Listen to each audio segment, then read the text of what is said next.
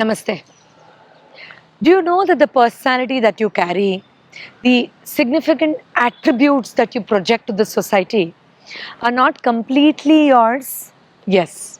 The belief system that you project, the sort of mindset that has become your identity is not completely an individualized thing because we don't really sit down to understand that core soul purpose that we carry or that unique personality that we want to really build on. Max to max, what we focus on is improvising our communication and don't really bother these energy patterns that we pick up from people around. I'll give you a couple of examples to understand this better. Now, we know we love our parents. We know that their love and that energy that's being bestowed on us becomes a sort of energy shield and not just a nourishment for the heart. But without being judgmental about how they are, do we understand that without our knowledge, subconsciously, we carry one of the predominant negative impressions or aspects or attributes from them as well? For instance, if your father is impulsive, hasty, anxious, you also grow up to be one, sometimes a little more than what your father used to be. If your mother is too judgmental, nagging, grumbling, complaining, you also land up to be the same. And it's not just the parents, my dear friends.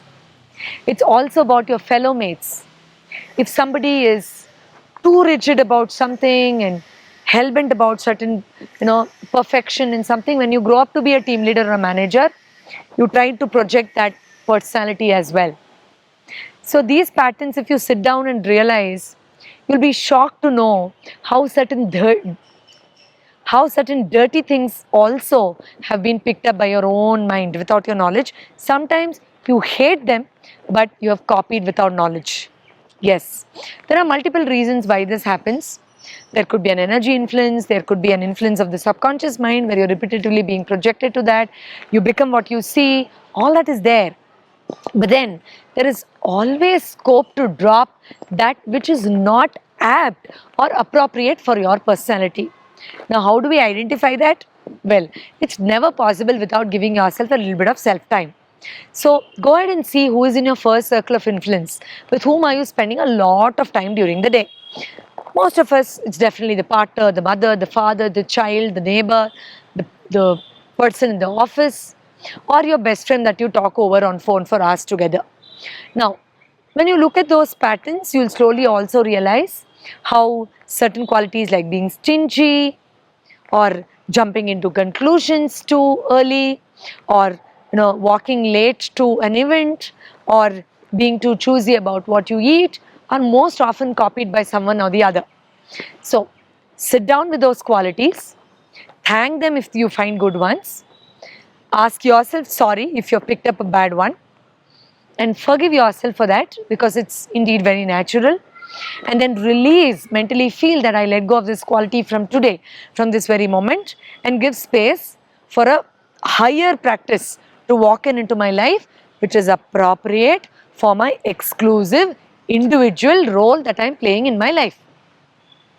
So, if you're a teacher and you're impulsive like your father, don't you think you're missing upon that professional edge that you can have in what you're doing? Because patience is indeed one of the most important aspects that a teacher should bear of all the other things that naturally will come through your education or other exposures. But then sometimes the very nature is against what you're doing, and that usually comes from people around. So this influence that we get also is telling us what are the sensitive aspects that you can work on which can open doors of higher opportunities in your life.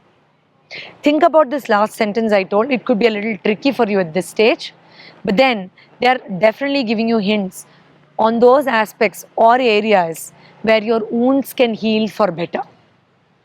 Yes, sometimes we'll end up attracting circumstances. Sometimes we'll end up attracting circumstances, people, or situation which could be way too challenging, but we don't realize that indirectly your own subconscious mind has attracted that into your life. So my dear friends, give a little time to yourself, do through journaling. If it's very difficult, approach a therapist, do some deep self-introspection and see how you can be awareful of what you're picking up. Because if you ignore what's coming in, You might land up being a dustbin energetically, where everybody is throwing their frustration like garbage on you.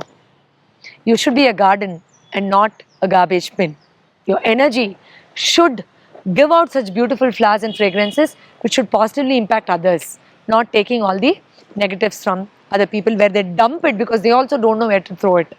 If you're awareful, you can be that garden, my dear friends. So if you have any doubts, please let us know in the comment box. Next time I'll meet you again with another useful tip on drugless therapy. And if you like this information, don't forget to share this with your loved ones. Thank you so much for watching. I'll meet you again. Namaste.